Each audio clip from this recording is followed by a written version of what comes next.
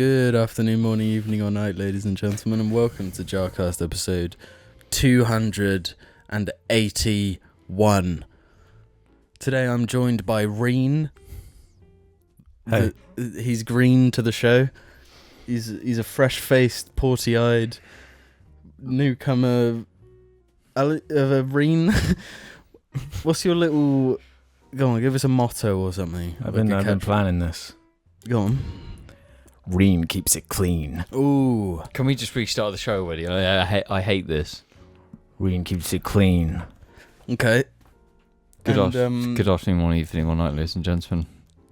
This is the Media Podcast. This is the usual suspects. Reen. JJA. Housekeeping. Hee hee. Ha ha. You can't you can't is a intro song. it, pretend you're starting it, and then just abandon it, and then just expect me to do it. Yeah.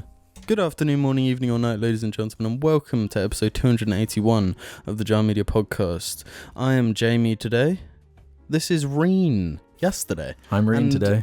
No, yesterday. Can we drop the Ween thing? Can we drop the Ween? We have James. We have tomorrow James. Hello, we're the usual. Well, Reen's a bit of a fresh-faced, porty-eyed newcomer, but Reen is Alex. If you haven't realised. Before I get interrupted any further, I just like to thank the beautiful Patreons over at patreon.com. Nailed it. For supporting the show, helping us, well, not helping us, making it possible for us to be on audio services like our favourite Podbean, Apple, Spotify, SoundCloud, Podreen, all of them. But Podbean number 1, SoundCloud number 2, blah blah blah. How we doing? Just aching for one of these reasons. Yeah. I hate our commitment to genuine cringe. I hate it. What do you mean? You're committed to doing something that is cringy and was funny. Like what? 200 episodes What's cringy? ago. Let's pretend to smoke. Hee hee. It looks real to me. Yeah, it tastes real too. Oh, let me have a bite. Yeah, grease me up, bro. A bite? Yeah, grease me up. Grease me up. Yeah, I quick. can't grease you up. Why not? Because, it's irresponsible. What's irresponsible? I can't spread the Reen. And also, I don't want James to get ash fucking everywhere. So you're just going to discriminate against me and specifically me. Okay. Well, I can't with Jim either. Okay, no, I'm not What do you mean you enough. can't with me? Because you're trying to quit these nasties. Okay, no, you light up, bruv. I won't even be tempted. Really? Yeah, light up, bruv. Just For grease real? me up after the show. I don't know. Reen is playing with fire right now. I think Reen's a bad influence. No, go on. No, I'm not talking. Okay. I'm upset. This episode is the upset cast. Yeah, it's the upset episode. We're off to a terrible start. Our days have been terrible. This is going to be the terrible episode. Terrible episode. Terrible episode. This is going to rival chaos. It's going to rival normal. And it's going to rival the one. It's going to be a new level, a new low, a new plane of existence, a new D. There's 3D, there's 4D, we're going 10D. This is a new level of New level of Shit. Reen. How Reen can you go? It's too complicated, man. Yeah, can we just What's too re-intro complicated? this of a new show? We've done 12. Good afternoon, morning, evening, or night. That one was fine, right? No. Let's drop the range. It's too complex for James. No, that was the part I was loving. It's just too much. What do you think? Good afternoon, morning, evening, tonight. We're bringing you the best news. We are going in on EC, the EC conspiracy. There's more to this story than you know. There's more than you think. This is connected to everything. Everything. Your eyes are going to open. Your middle head eye is going to open once you've received the news of the EC. Alex Jones, his game's over once he realizes the EC conspiracy. The EC conspiracy. I'm with you on that one. Come on, Reen. We need some structure over here, man. We do. There's a song about today's episode where I think there's too much chaos. Please, Jamie, stop touching my supple feet, please. You're gonna mash the Vaseline. Are you ready to clean this, Reen? You know, I'm starting to agree with James. This Reen thing is really it's throwing everything off. Who am I then? I'm having an identity crisis. No, you're not. Reen, You're Alex. You're Alex IHE. Okay. Nah. Oh, does baby not want to be IHE anymore? No. It's like my Mr. Robot thing, right? You got the IHE character. You got the Reen. Oh, so you've got the Randy. You've got the one who's fascinated with time, but will spend like half hour doing a shit. Oh, no, that's a waste. If you care about wasting time, taking a fucking half hour shit is wasting time. Sleeping is wasting time. Yeah, I have to, and I'm fine you with don't. the things I have to do as a human, and pooing's one of them. And rushing pooing, forcing pooing, creating lesions on the pooer is not what I'm all about. Lesions. If you simply just sleep less, you waste less time. Yeah, but your quality of life quickly goes. No, it doesn't. No, that's not true, because society is so addicted to coffee that you won't notice a difference because you just pump yourself with more coffee. Like, I sleep significantly less than you both, and my quality of life is greater. It generally is it can be considered greater, and I drink less coffee than you both. Yeah, by who? Do you consider it greater? No. But don't you drink the most coffee out of all of us? Okay, no. How many addictions have been a consistent topic these last few episodes. How much coffee are you drinking on a daily basis? I have 3 espressos. You prick. Then. Oh my god! If everyone now, let's f this shit.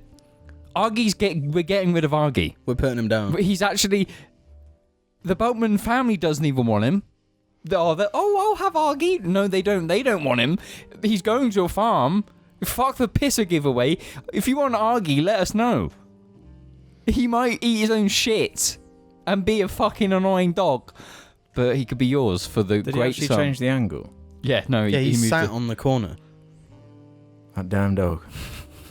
He just wants me to suffer. Yeah, his whole goal is to just annoy. Out of all the podcasts in all the world, what were we actually talking about? We were talking about coffee. We're talking about how many coffees a day, and I said 3 espressos, and then maybe after dinner have a cup of Glee. That's actually problematic, and you need to stop. Why? It's too much. It's too much. Really? Why? In fact, but the thing is, it's too much, and you've got to cut it all out. You need to swipe it out of your life. But I'm fine with it. Are you? How bad has your sleep been recently? Pretty good. Oh, that's a lie. Nice. That's a sugar-coated lie. You've been going to bed at like 4 a.m. That's what I've been watching. I've been watching Star Wars movies on Disney Plus. Which ones? Having a great old time. Can't say that anymore. Sorry, having a grey old time. Better. Oh my god, when did that happen? Having a Reen old time. I'll tell you which ones it was after we do housekeeping, which we're going to do now, which is where we wrap up the conversations from the previous episode, address some of the comments, some of the controversial topics of the day, or of the week, or of the moment, or of the hour, or of the minute, or of the Reen. Oh. Ah! Hey. Yeah. Just like a diligent Hovercraft 37 did. Good evening, Jami. It is I, the Good evening. It is I, the Jarling that has been watching for 11 years. From what I remember, my journey from the Crisis 2 trailer to now went Man Man Boy Boy Man, IHE Old Jar, and then to current Jar. I don't remember any of RNL, however. I went back and watched Fart Breakfast. I was hit with a faint whiff of nostalgia from seeing it, so maybe I did watch it back then as well. As a long-time viewer, I genuinely cannot pick between normal and curry. They represent very different times in the life of the channel and show the incredible dichotomy of chaos and control that are central to Jar as an entity. As yin is to yang, curry is to normal. Here's to another 11 years of pussy diarrhea about cringe. But I think I hate Fart Breakfast. Yeah, actually. I love the sound effects and all that stuff, but I hate me in Fart Breakfast. Have Why you do not you make it? accepted? But it was so of its era. Have you not accepted that you were cringy? Is that why you don't like? No, because everyone that age is cringy. What do you mean? No, but like the fact that it's like almost a masterpiece, you know? Just with a cut here. Because there's like with quality, right? It starts with the absolute trash and starts going up, and then at mediocre there's a big dip, right? Right. So if in terms of quality, if your thing is perfectly mediocre, it's equal to trash. No, not at all. It's true. It's not. Yeah, because I was like Elden Ring is a mediocre game, and I wouldn't consider that trash. and you go past mediocre, and it keeps going up, and then you reach masterpiece. But just before masterpiece, there's a really thin bit, right? And in that bit, there's another dip that goes down to pretty much trash. You know? Mm. And then it's masterpiece. And Okay, that's where Fart Breakfast sits. What else sits there? Just media in general. Dead Island. Dead Island. Dead Island's not a masterpiece, though. Well, exactly. It's so close to being a masterpiece, but it just misses the mark and becomes trash. Not true at all. You just ruined your whole point by using Dead Island. And that is a perfect example. How can you have an opinion? How much time did you put into it? Oh, the achievements are broken. The achievements are broken, so it's not a masterpiece anymore. Exactly, that's what I'm saying. Well, who was out here arguing that Dead Island's a masterpiece? No one, not even No one. us. That's the point. That's the whole point. That's what I'm saying. Yeah, Dead saying- Island. But you're saying saying- that it's close to it. Yes. No, yes. no. No, you're thinking about this too laterally, Too rigidly. too rigidly. I'm saying Fart Breakfast is as good as Dead Island, But they're both shit. but really good. Do you see what I'm saying? Fart Breakfast is better than Dead Island. No. No. Dead Island's a little bit better. I'm gonna be honest. I hope there's some viewers who understand like the Dead Island appeal and the nostalgia that the original Dead Island has in a game that is a masterpiece but is absolutely bollocks. Yeah, That might be one of the best games of the last 10 years. the last 30 years. 30 years, yeah. It deserves a space in a Hall of Fame because it's It should be where Skyrim is. Yeah. No, you're talking bollocks. No, Skyrim is fucking worse than Dead Island. Well, Skyrim is worse than Dead Island. Yeah. No joke. It's too far. No. No, genuinely. That is my genuine opinion. You cannot tell me my opinion is wrong. But anyway, Fart Breakfast, I don't like it. It's really good. But, I don't know, man.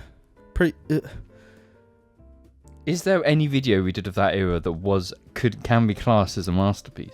Batman. Yeah, Batman. No. Of all the videos, you picked that one. Well, which one will you pick then? Dubstep Parkour 2? That one didn't even... Oh, God, I missed that video. No, I would have to say it's Dubstep... Oh, no, not Dubstep Parkour one. Yeah, that's a great one. That video. No, that's in that's not even in the almost masterpiece. That's just shit. No. I would probably say one of the unboxing videos.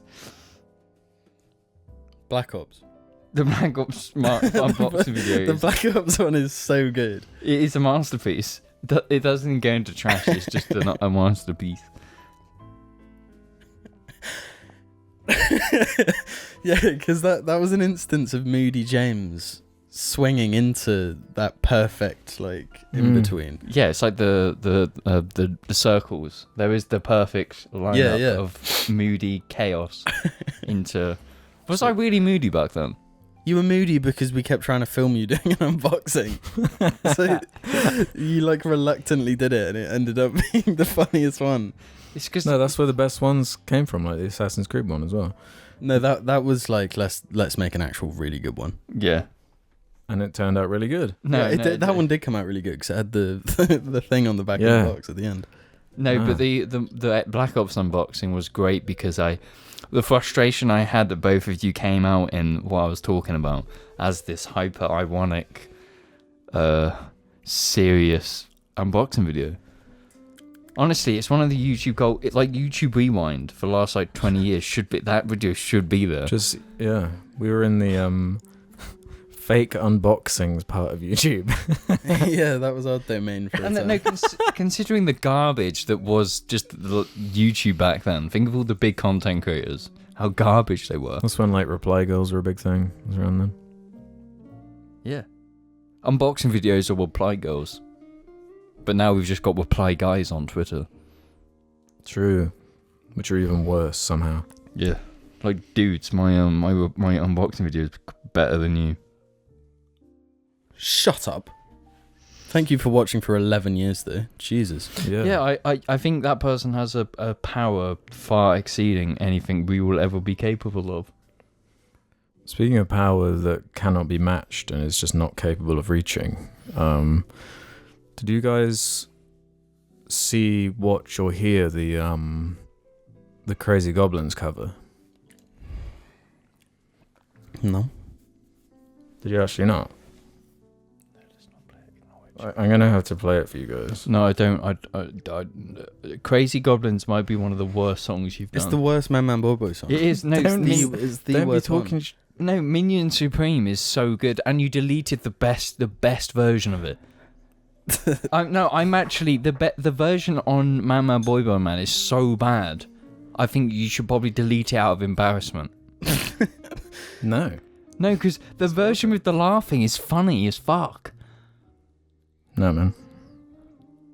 Wait, why did it just go to Foo Fighters? That's annoying. Oh, better than Goblin. Now ready? Okay, raz, dwa, trzy.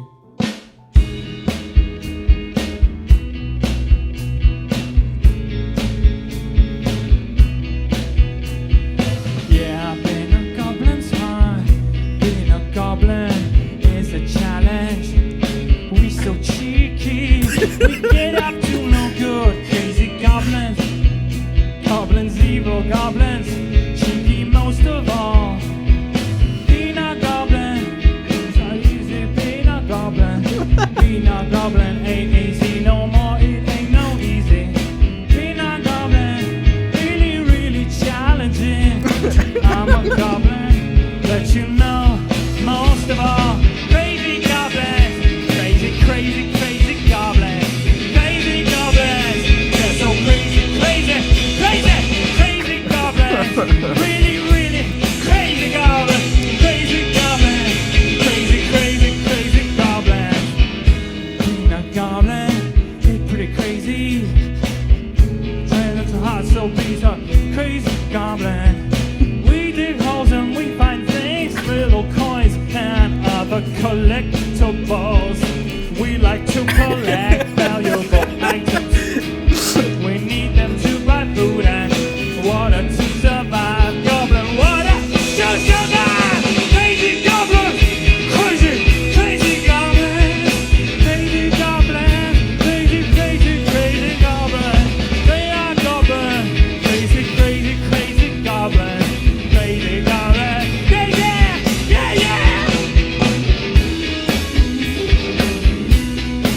Yeah.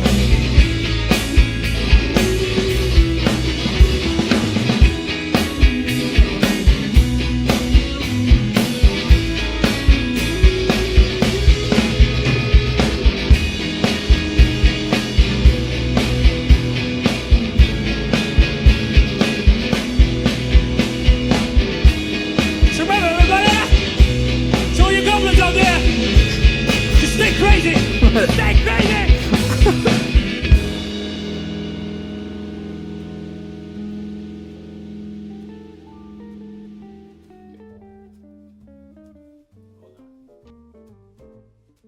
You're saying? Minion Supreme is significantly better. In terms of your creative... Hi, I'm Dave Grohl from the Foo Fighters. It's an honor to be here. I'm going to tell you the story of our son.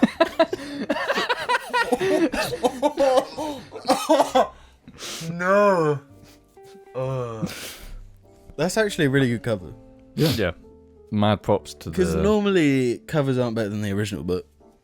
Were you really going to throw that my way? Yeah, absolutely. Are you going to disagree? Well, no, but... That's art right there. That's how art is made. Yeah, Iteration. Yeah, iteration, causation equals causality. Goblin water to survive. James really liked it, I could tell. Appropriate Way 4601 has this to say. Hello, Jar Media Posdact. This is not a question but a story that I thought might interest you boys. I'm a father of one child who is in his infancy. He says words to his mother but for some reason won't speak a peep to me. Each day I'd try something new in an attempt to get him to speak to me. And I was at my wit's end when I came to a final solution. I played for him the most recent episode of the Jar Media Posdact. About 5 minutes in, he spoke to me for the first time. He turned that shit off. He said, Dada. Overjoyed, I urged him to continue. Yes, son? I babbled, tears rolling down from my eyes. He continued, finishing with, Dada, turn this shit off. Anyway, I threw it out and got a new one. This one speaks just fine. Thanks, Jar. Yeah, don't try and lie to us. No. Speaking of lies, last episode we're talking about like jarlings that leave comments that Jim especially doesn't believe. Rat technicians and all this. Yeah, there's not a rat technician. But a puffin said this. I genuinely am an animal technician. The only part of that was a lie is that I technically only work with mice. There are rats in my facility, but I don't do anything with them, besides feeding them and making sure they're okay. Sorry for the deception. To make it up to you, if I ever finish this Morbius rat serum, I'll make sure Jar gets full credit. I'll only believe this person when we get the Morbius serum. Isn't an animal technician? Isn't that just you've got to take care of the animals that are being experimented on? Like, Well, yeah, there was one more line. Also, James was kind of correct about it involving killing them. Sometimes. It's unfortunately the price you have to pay if you want stuff like vaccines, chemotherapy, or Morbius serums. well, fuck the therapy and that. Just focus on the Morbius serums. It will literally fix everything. I mean, yeah. That's what the movie was about. The movie everyone rushed out to go and see. Morbin time. Goose said this. Alex getting a taste of his own medicine with his Quindle annoyance. Now he knows how James feels every time he comes up with a new meme. I disagree with this. No. I absolutely disagree with this. Because whenever James disagrees with one of my memes, that's content. Quindle's not content. It's anti-content. Quindle gets in the way of content. Exactly. Just like Will D agreed with, saying, I'm with Alex on Quindle. Usually Jar memes are way ahead of the curve of mainstream meme culture, Madagascar Eternals, but this is literally just a Jar-themed reskin of the Graggle Simpsons meme. Lame. Graggle Simpsons? Oh, have you not heard of that one? No. It's a meme from like years ago where someone like they did a drawing of a frame from The Simpsons with like a made-up character in it. No, I'm pretty sure was it right. not an actual Simpsons joke? No. I thought the Simpsons. No. It was a Simpsons. No, it was made joke. up. It's not in the show. Oh, okay. Like someone drew this frame, tried to spread rumors, like trying to what's that effect where like you think something was a certain way but it actually wasn't, doing that shit or whatever. The Mandela. Yeah, the Mandela effect. But it never was a thing, and it's like a whole meme now. And then a few months ago it like popped up on TikTok, so then Zoomers start doing it. Are you not a Zoomer? Alex is a baby boomer. I'm a Alex boomer. is just a boomer. Phone bad. Don't get me started on phone bad. Oh yeah, gotta address this. Wilson TV says, you silly willies just uploaded the Bear merch ad to Spotify. Now I'm forced to stare into James's lovely eyes for 80 minutes. Have they become corrupted by the greedy pig idol they acquired? And now refuse us full episodes, just posting ads? Yeah. Yeah, that was on me. Somehow I just uploaded to the Podbean or Spotify audio version. It was just an 8-second Bear ad. So it was just bye Bear. Totally not intentional. Doing, doing.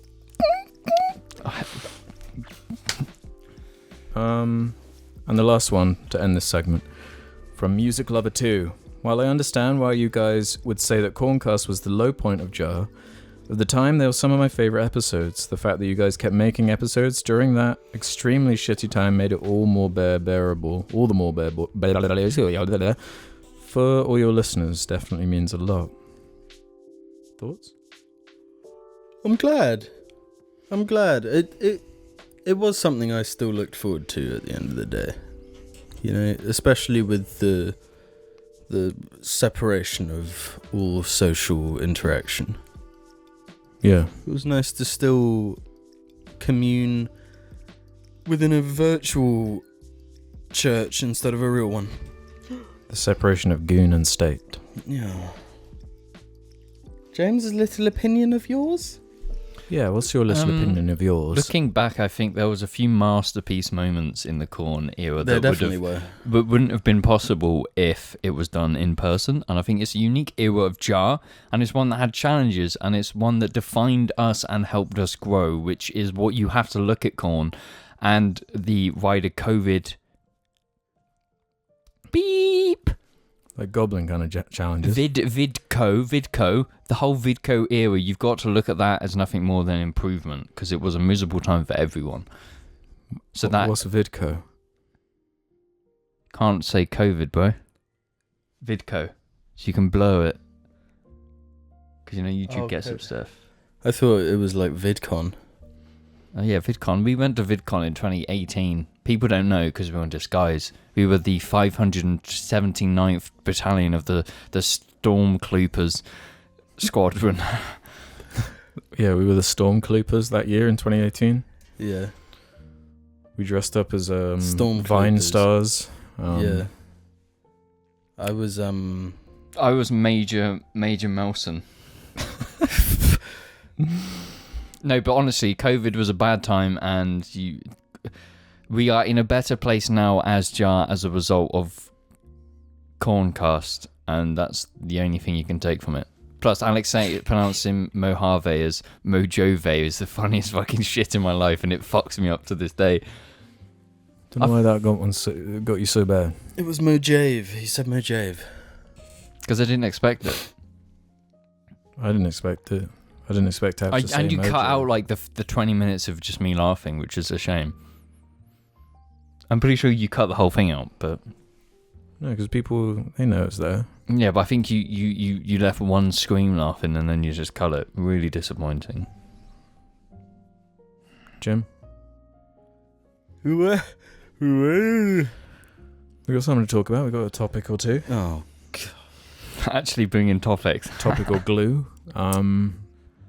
We were talking about Obi-Wan the other week. Nice. I finished it. Oh, you did you? Yeah, I did. Any final thoughts? Quite epic.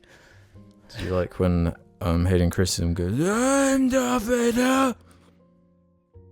Yeah. Yeah, man. I thought, you know what? This shit sucks. But it was cool seeing Obi-Wan win, you know? I don't know. The thing is that The Boys has been coming out at the same time, and I was like waiting for The Boys to come out.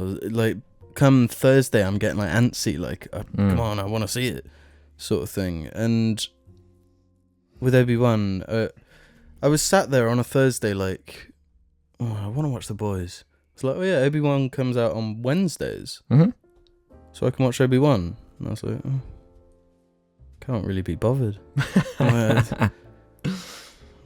So you didn't rate it overall? How do you think it compared to like Mandalorian or Boba Where's Fett? the or whatever? Mandalorian?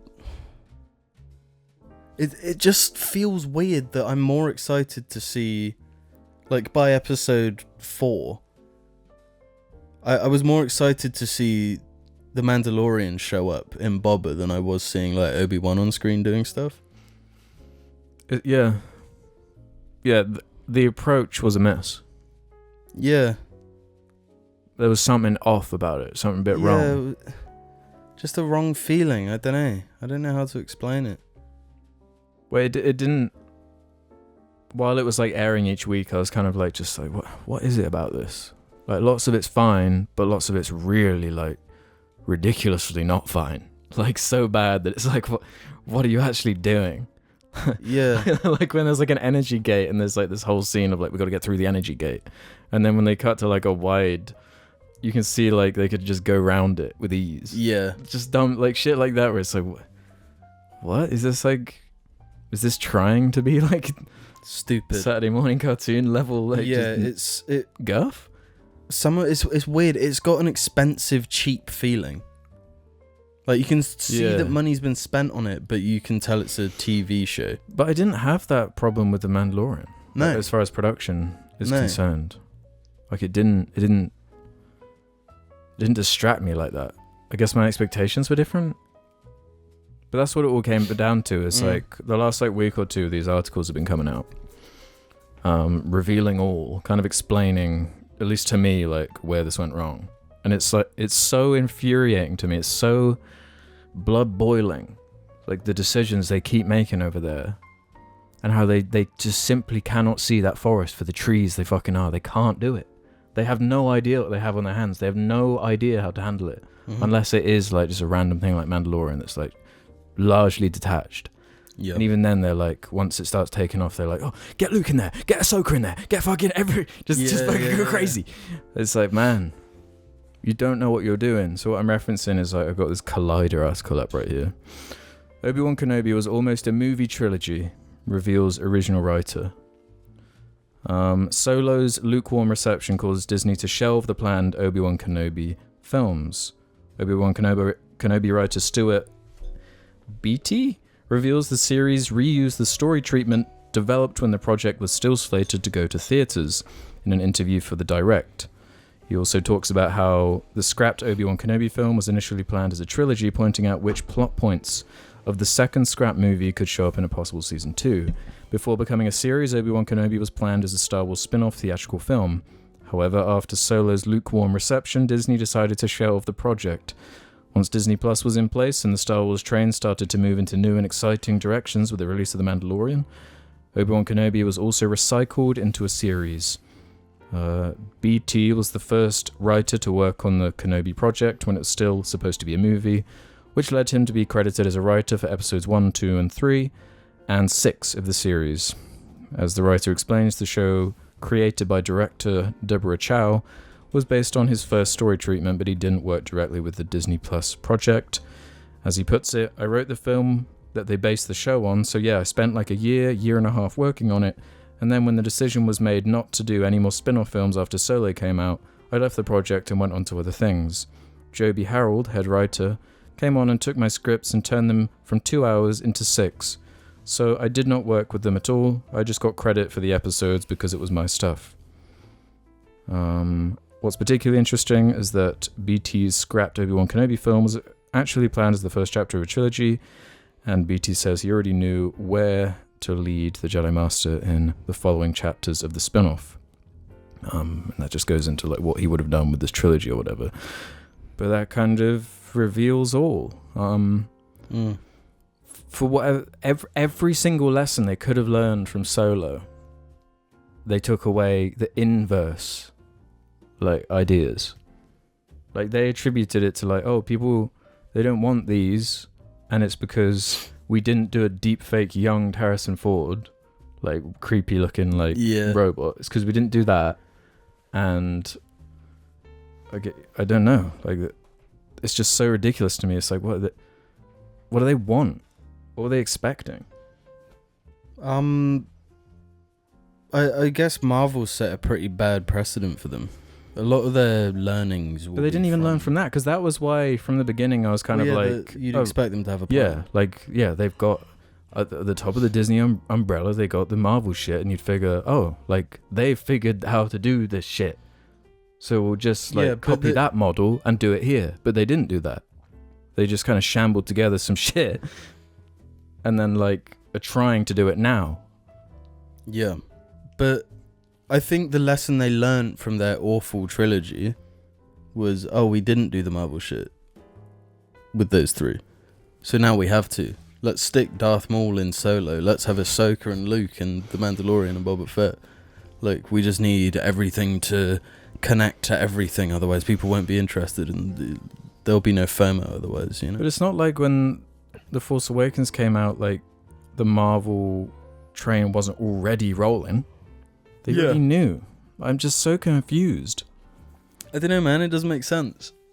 But I just think that the idea of turning a movie into a TV show doesn't make any sense.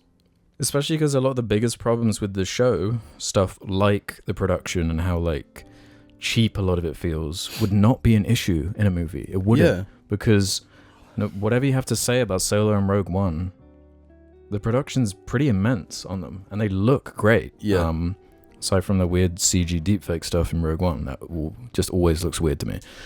Yeah, it looks bad. Solo doesn't have that in the same way, but like 70-80% of that movie had to be reshot. So it's actually just an insane mess, and it's so frustrating. Because now it's like, oh, that's another one. That's another opportunity wasted. Yeah. And now you can't do Yeah, this 'cause- again. You can't do just like a cool movie thing. Yeah, I think this as a movie could have been really good. Mm-hmm. Like, but there was like stuff just crammed in.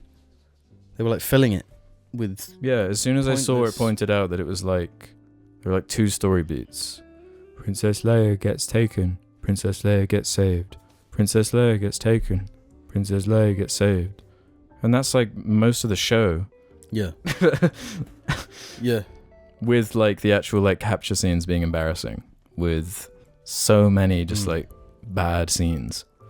Yeah, and a bunch of the stories are like pretty obvious the way they show it. There being like a kind of twist thing, a reveal, I'll say, with one of the villain characters, and it's like we've been like strung along for 5 episodes to find out what basically the first scene tells us.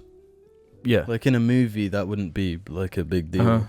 Because You've strung us along for like pretty much 5 hours now. Yeah, you'd hopefully like balance it a bit better, make it feel a bit more clean. Yeah. Yeah, that whole character's aspect is just like so unnecessary to me. Yeah. Just feels there's just so much filler, so much fluff, so much just nonsense, so much silliness, and not in the way you require. She's almost totally pointless to the whole show. Yeah, and just like repetitive feeling and like just so unnecessary. Because if that time had been given to a character that's given like loads of weight for some reason, like some of the rebel characters, or Darth Vader, or Darth Vader, like the time could have been used better, even with how much time they like extended it to. Yeah, I can't believe I'm feeling this way now, where like the Star Wars stories have almost wound up being the best things they've made out of like the pantheon of content they've released. The Star Wars stories, be it Rogue One and Solo. Oh right, yeah. Like I hadn't seen Solo since it came out. Mm-hmm. So I revisited it on Disney Plus like the other night, one of my 2 a.m. movie madness moments. It's just like, it's just like a really good just action adventure movie. Like it, Yeah. like, And Rogue One, like I could sit and watch the climax of that movie just whenever. It's fantastic. Even you like it. What? Rogue One? Rogue One. No, Rogue One is a fantastic movie from start to finish. Yeah, I found the movie a bit boring at the beginning. yeah. Well, I mean, they have their problems. Like, I don't think like Solo's like perfect. Yeah, but they like fit the bill. They They're got their just, set like, pieces. They got like silly- fun characters. There's kind of stakes, surprisingly.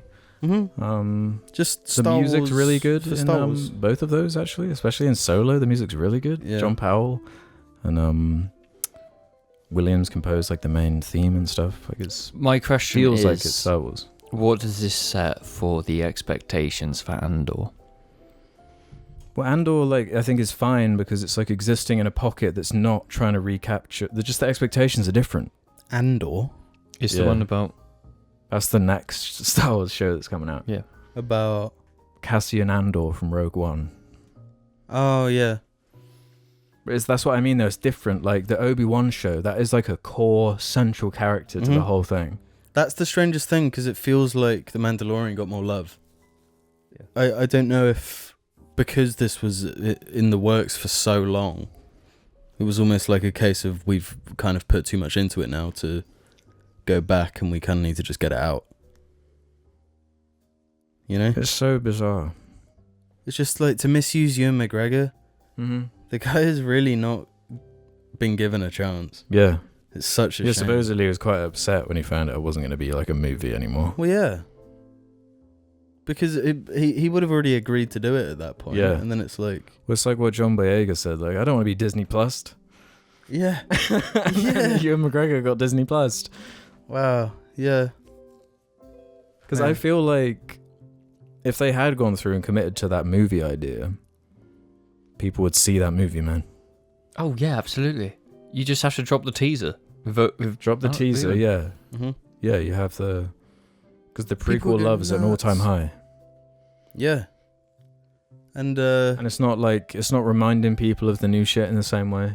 It's not connected to The Last Jedi. It's not connected to any of that. mm-hmm. So people would be like... I feel like people would have gone out to see that, whereas Solo is more of a risk anyway. Yeah, because And it was the year after The Last Jedi, the most controversial one. right, yeah. But like Ewan McGregor, that's a selling point. Like Ewan McGregor and Hayden Christensen, even though like he was criticised a lot, shit's changed in Mhm. like 20 years. It'll be a huge deal. And also, going back to about the show, there's, surprise, surprise, a lightsaber fight like at the end. Mhm. And I thought it was really frustrating. Because, like... Well, how it's executed. Or... Yeah. Because you could tell they were kind of going for, like, a prequel style... Say what you will about the prequels, but... Like, that fight scene between Obi-Wan and Anakin... Fucking incredible. It's nuts. The first Like- few minutes I'll give you. Yeah. Yeah, But they're actually, when like, they're sword swinging fight. around and shit, whatever. But when they're just, like, actually just When they're two in that like dudes. room.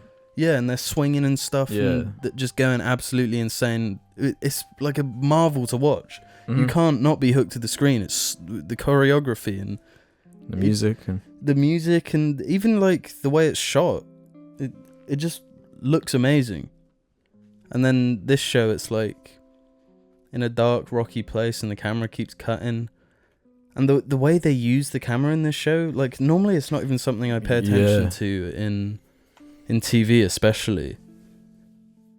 But it the shaky cam stuff, It like the looks really handheld bad. stuff. Is but it looks like fake handheld.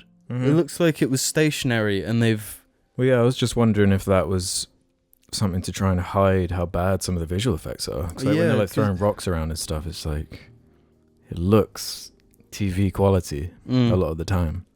Yeah, It's yeah. such a strange place where it sits. Like it's yeah. not right. Yeah, it's just frustrating in terms of that. But even stuff like when I rewatched Solo, the stuff that annoyed me before, it's still really annoying when Darth Maul like he activates his lightsaber and stuff, and it's just like really annoying. Yeah, it looks But him being so- there, I don't necessarily mind, because now I'm all up on the Star Wars lore. Uh-huh. That's what he was up to during that time. It was like being a crime lord. Right. So that stuff I'm just like fine with it. Mm-hmm. But I don't know. It's like such a fucking mess. Ugh. Yeah, and I'm sure because that movie didn't do very well, they're never going to follow through with that stuff. No. Because that's the thing. I was like, once the Solo movie ended, and they like kind of tease whatever mission that like Han gets in trouble with Jabba, whatever that is that he did for him, that was like teased for like, yeah, we got a job on Tatooine or whatever. That could have been fun. Yeah, we could have done something. Because it's just so fast moving. Like it's like starts on like a chase scene with the cars, and then next it's on to he's like a young Empire a soldier, like in the stormtrooper, war, and he yeah. meets the other cowboy dude, and then they do a heist, and then there's the other heist, and it's just like it doesn't stop, and it's like a fun action thing. I'm cool with that. I'm cool, and they're like buddy stuff with Han and Chewie. It works. Chewie's especially good in that movie. Mm-hmm. It's just Yeah, I remember being totally fine with that film. It was just especially the robot sidekick character in that movie. I don't really care about the character that much, but the actual like visual effects, the way they achieve that are like really impressive to me. Mhm. It's like the perfect mix of practical and CG, and it looks so convincing and realistic. Yeah. Which is just the total inverse of Obi-Wan, where it's like this is corny as hell a lot of the time. Yeah. It just looks straight up bad. But like you'd think in this world it would be the opposite. Mm-hmm. It'd be like Obi-Wan has the big high budget bombastic film, Han Solo gets a TV show. with like some actor. Yeah. That I don't like. I've never seen that guy in anything else. Mm-hmm. He does like a bang up job, but yeah, and it's just so peculiar. And I think they messed up. And they're like, yeah, they inflate that budget to over 300 million because of reshoots, and then they're like, oh, it didn't make enough. Let's just put everything on its head and do everything different. So annoying. Mm-hmm. I think they I'm just getting like random nuggets, flashbacks to the show. It ends with Obi-Wan beating Anakin again. Mm-hmm. With him calling him Darth. Yeah, spoiler alert. And then he just does the same thing that he did before. He just leaves him alive. Like, This time adding another scar. yeah. Slices his face. Yeah, but also the whole show he's like actively trying to kill him, doing whatever dirty tactic he can, like turning his own people against him and stuff to kill him. And I don't think they did a very good job of it being like showing why he left him alive. He's got no reason to, as far as the show shows. But that was even a problem back. They have like 2 confrontations in the show. I think episode 3, they have a showdown, and Darth Vader like holds him into the fire and Yeah. burns him. Yeah. As like revenge. And then just lets him go. And then just lets him go. Within the same, he establishes the fire. Like he uses the Force to like make this fire wall thing. Yeah, and then he can't walk through. And then it comes back, and then he just lets him go. It's just like, what? Obviously, that has to happen to stretch it out to be like a show. Yeah. Whereas maybe it would have been more exciting and made more sense if it was just like a fast-moving movie. Mm-hmm. Yeah, it's so dumb. So annoying. And that's that, everybody. Hey. Yeah, don't watch it. Hey. See you after these messages. Bye, Bear Bear. Bye, Bear Bear. I do declare, bye, Bear Bear. Bear shirts and mug available now. Check the description below.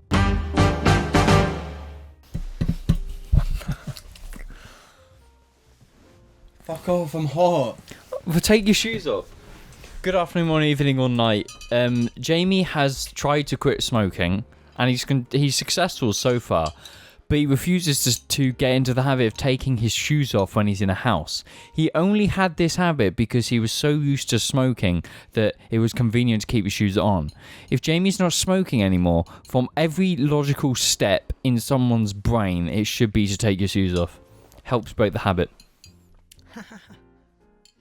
Welcome to the second half of the cast where we answer questions from the community. If you want to leave your own questions for us to answer, head over to the subreddit where there's a suggestion thread where you can ask us whatever you feel like. Just like Johnny Stevie did. Hey Mingers, I recently had a situation where I thought I was having a friendly jab at a friend, but they took it very badly. How do you guys know when you're pushing your jabs at each other too far? And how do you keep yourself in check? Especially James and Jamie as they like provoking each other. Cheers. We never provoke each other. Today might actually be the most provocative day, yet. When do you know you've gone too far? When I say, James, please stop hitting me. That's when I know James has gone too far. Yeah, the same. No. Yeah. No, quick breakdown of the interactions between me and James. James is... No. I'll slap James's arm or leg or whatever, but James doesn't hold back. I do. No, you don't. When do I ever go too far? Example? You go too far on yourself. You almost lit your hair on fire again today. Yeah. I can attest to that. That's not going too far on myself because I didn't actually do it. Thinking about doing it is going too far on yourself. Yeah. No, but I didn't think about doing it. This is the thing, I don't think. I do. But how do you know when... How do I know when I've gone... How do you know... I don't think we ever go too far. Because it's like, oh no, this is the 4th time you've taken my glass of water and spilt it on the floor outside. And it's just like, I'll just go get another one. Oh, you've taken my freshly made espresso. I'll just go get another one. I've adapted to your jabs. No, we've been jabbing each other pretty bad today. Well, you've not really been going for jabs. You've been left hooks, kicks. That's not shit you're making. It is true. Alex. Were you in the room? I'm not sure, but James full on punched me in the arm. Okay, that was and an then accident. continued to kick me in the leg, like for just full force. No, that's not full force. I did kick you, but I think it was an accident. I didn't mean to kick you. This is like, Jabbing's not really my style. For me, the way I push it is by like being annoying. Yeah, Yeah, no, we both do that though. I think we all do that. I think I annoy you much more than you annoy me. Okay, like give me an example. Like I'll breathe in a certain way, and that bugs you. No, it doesn't. When do I ever get frustrated at your breathing? No, Alex is the noise king. He's the one who does the noises that cause anger. Bing, bing. When was the last time I did one that like genuinely annoyed you? Like real annoyed you? I don't know. I don't think there's ever been a time like that. It's hard because it's like the group chat. It's like a lot of it is fake. And the fact that it's like fake anger, it's fake drama, it's fake jabs. Yeah, that's the thing. I think we're bad examples We are. because it's almost like you would never say something that would truly cut through so deep and like be so malicious. Like you never have. No. And I like to think I've never done that. No, you've done it a lot, bro. I'm going to go home and find it. No, it's just we've been friends for this long. I don't like we've got and the we walls. know where the lines are. I think. The lines were cut into the sand like when we were 15, and I pushed you in a river. Like that was a clear like I'm just being a dick. And when I hit you on the head with a hat with the metal bit, like that was just and you made it obvious that I was being a twat. Yeah, surely that is that like in the question itself, it says they took it very badly. So whatever you did to make them take it badly, that's too far. Yeah, and you know that from then on. Now you know it. And so like so don't do that again, whatever you did. Yeah. And from that thing you can sort of figure out, oh, if I did this thing, it's not the same thing, but it's like a neighboring thing. So I probably shouldn't do that either. I think in a lot of ways, these type of things are kind of important to friend development. You learn your friends' limits by accidentally pushing them. I would say it's just for every person. Like, we all often talk about how the way we interact with our mum is quite different. Like... Yeah, I can easily see if you did what Jamie does with... No, because I tried it once. And it didn't go well. I had to apologise to my mother and everything. It was the funniest thing, though. I'm so glad you did it. It was so fucking funny. Like, in the moment, it was, like, really fucking funny. And it is funny now, and now it's a funny story, at least. Yeah. I can't remember if we told it. No, but I didn't get to where I am with my mum without it being, like, normalised. My mum's always talked to me very differently to how she talks to you. Because Alex is the little darling. Jamie's the little shit. Yeah, Alex is the blonde-haired, blue-eyed boy. I'm the bald, short, chubby one. I'm the family punching bag. so at some point you got to start punching back, otherwise you're just gonna be punched for the rest of your life. Nah, that's a mega exaggeration. No, like. Because I've always sort of pushed it more than you. Yeah, I'd say you have like banter. Yeah, and to a degree, I think my mum or our mum babied me more because I was like the younger one. You were getting literally bullied by Alex.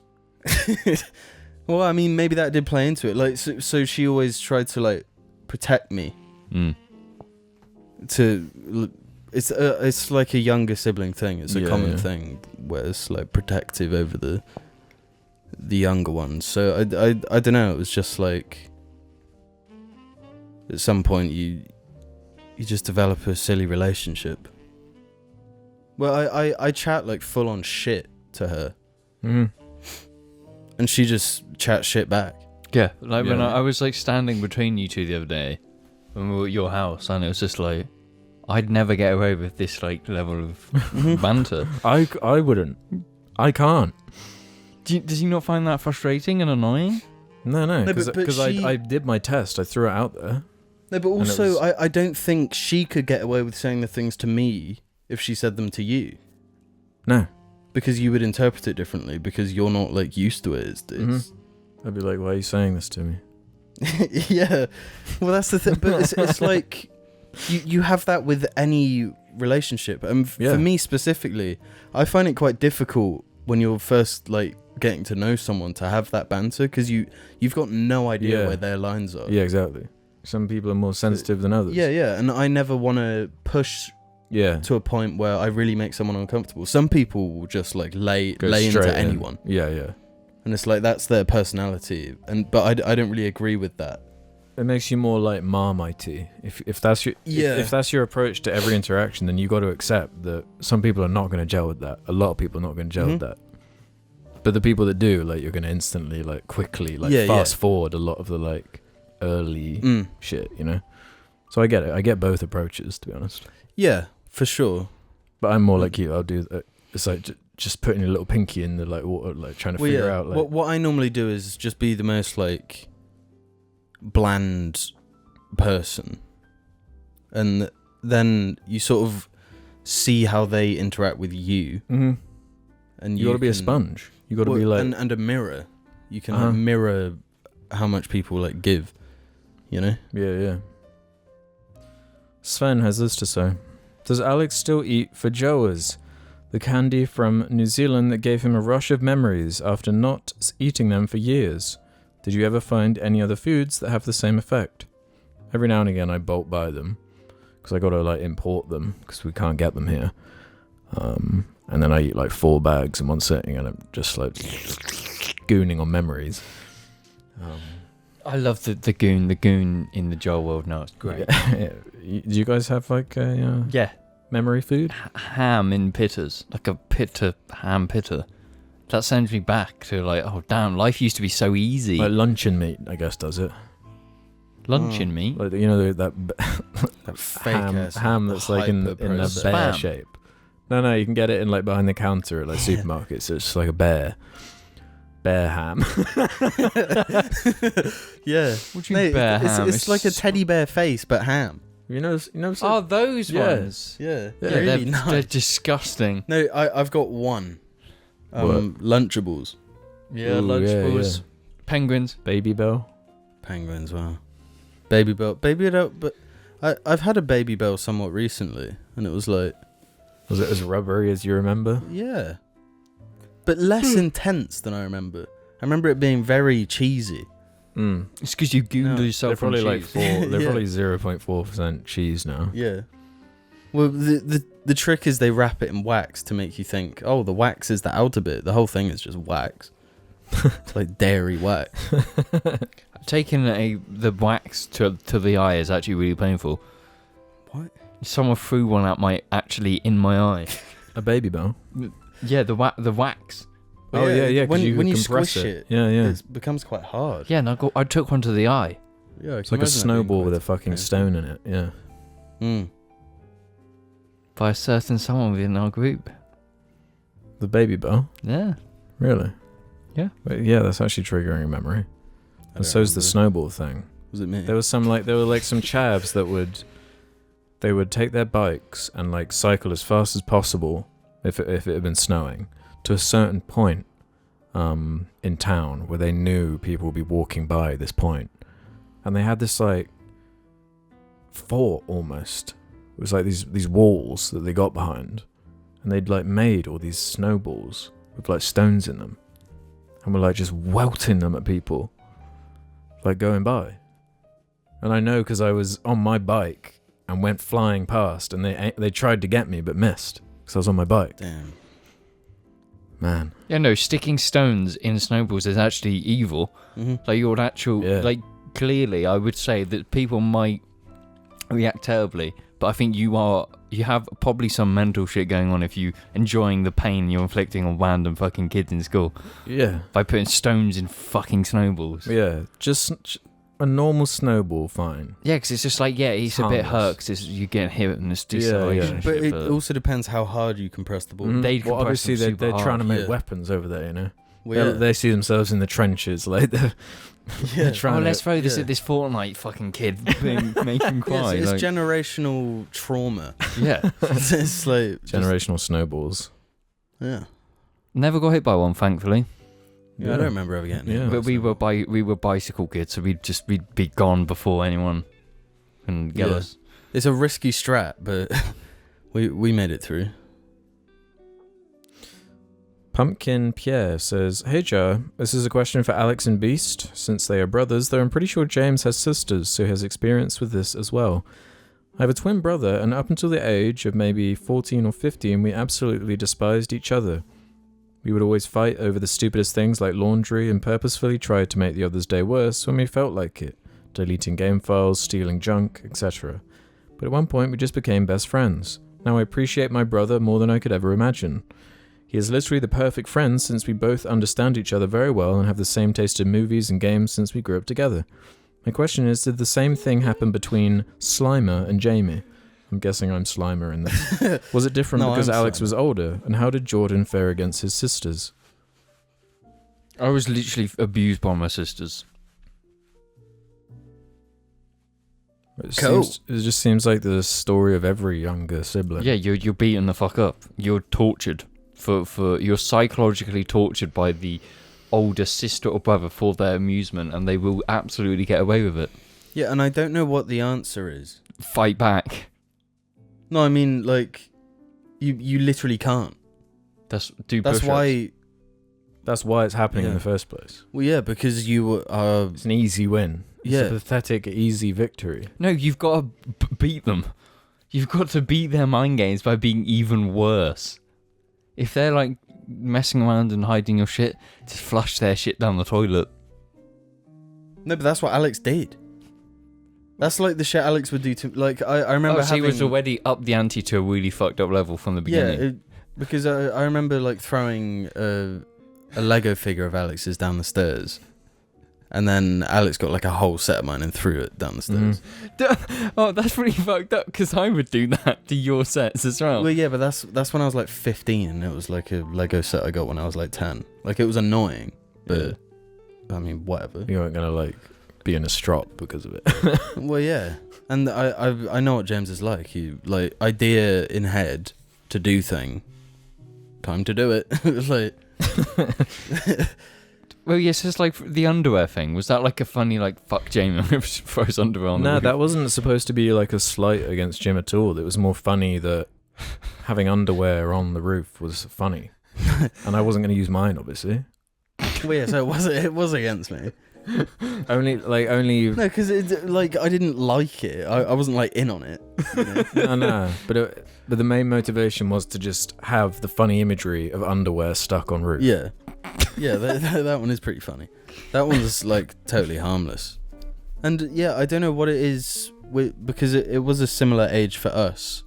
Yeah. I mean, you obviously would have been older, given there's an age difference, but yeah, it was like around secondary school. yeah, it's almost like in primary school. There's like there's nothing to fight against because it's all like smooth sailing, really. But obviously bullying and stuff happens in primary schools, and you can have bad days or whatever, but it's like when you reach secondary school, at least in my experience, it's like this shit's hell on earth. Yeah, like changes something else. Yeah, like because weird, horrible kids go to our primary school, especially the kid. Not so much in our year, I'd say, but the years above were like really rough. What, in secondary school? Yeah, Yeah, they were bad. like seriously, like movie shit bad. Yeah. Like the stuff you're saying about with the snowballs, with stones in. It's like these kids are like nuts. Yeah. So I feel like that's part of it. It's like, well, we're in this Horrible, torturous Yeah. environment. we're in this environment together. We might as well like team up. Mm-hmm. Yeah, and the thing of like liking the same things, pretty much having the same taste in things. Yeah, and it's just a maturing thing. Yeah. But that's what's interesting though, is that we have younger cousins in our family. Mhm. I'm 12 years older than the oldest one, and they have the same age difference. They're both boys, Mhm. and they're kind of like a way more extreme version of us. It's weird, because they Yeah.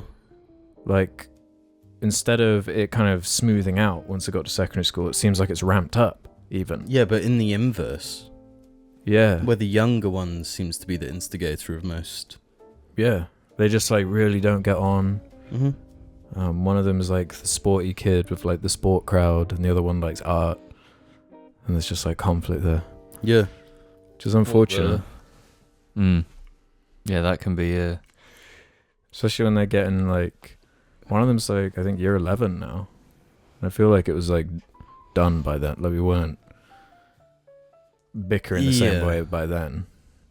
Yeah, I mean, maybe they're odd, like.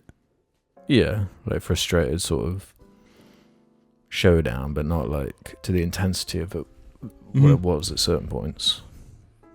Yeah. But you with your sisters though, James? what, how it is now, or was it back then? Because it was. Well, surely there's a point, because you're like on good standing with them. You'll talk to them. Yeah, we don't talk casual, but you know, due to family difficulties, the relationship is quite distant now. But there's not much of a relationship at all. Unfortunate, but that's just the way it's gone in my family. But we've never really got along. It's like we don't share any of the same interests, and it's like. But I think that is just like a boy-girl thing. And actually, you're not going to share the same anything. But it's like a completely different relationship compared to you two. That's just the way it's gone in my family, though. So it's probably mine the abnormal one. The normal thing is that you kind of just stay in touch with your family. That's the thing, though. Like you hear just a mix of both. Loads of people like estranged from their family and just don't want nothing to do with them. Yeah. I reckon it's probably a pretty even split. Yeah. If not, I think our family might be the more rare. Well, it's weird because we've got almost like a traditional kind of like Catholic thing going on. Even though we're not really a religious family at all. No. But you know, that strong kind of just commitment to family values or whatever, Yeah. without like too much drama. Yeah. I mean, I don't really know of any drama at all in our extended family. Yeah, nothing to the extent of like Like a siblings member not of the wanting family to- that's like secluded, or like siblings that won't interact. Yeah, and yeah. stuff. Yeah, there's But it's nothing common like though. Yeah. Common as muck.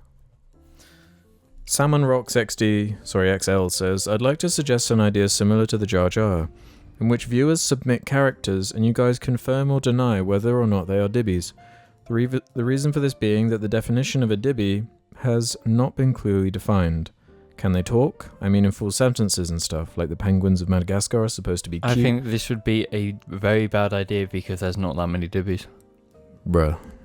You can look You're at any movie underestimating. and you can look at things and just be like, oh, it's a Dibby. Yeah, but that's because you have a greater understanding than most as to what one is. Yeah, but this is the thing, it's being asked to us. So the jar would be the most predictable thing ever. It's like Tank Dempsey is not a Dibby. Yeah. That's Richard fair to Hammond ask. is a Dibby. He's kind of the Dibby of Top Gear, I guess. Yeah, he's the Dibby of Top Gear, but he is not a Dibby. I say he's a Dibby. No. Well, that's what's interesting, right? Do they have to be a side thing and have no bearing on the plot? Baby Yoda, Gizmo from Gremlins, and even Minions do stuff in their stories. Do they have to be creatures or animals? Could a human be a Dibby, a baby perhaps? Where's the line drawn? Could you go as far as suggesting that characters like Scooby-Doo or Garfield count? I admit that it feels wrong to suggest that, but they at least seem to fit some of the criteria. Sorry for the ridiculously long post. Scooby-Doo's not a Dibby. No, I'd say Scrappy-Doo is a Dibby. I think the core Fred is a Dibby. design thought of a Dibby is cuteness.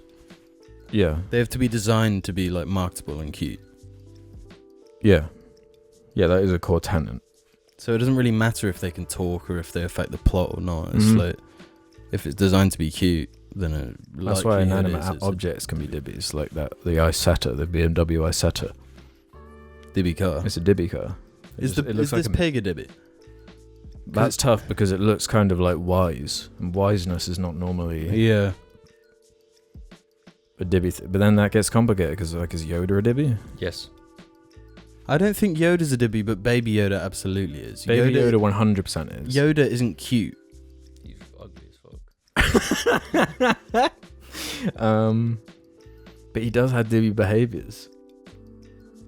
No, but they're not cute. They're funny.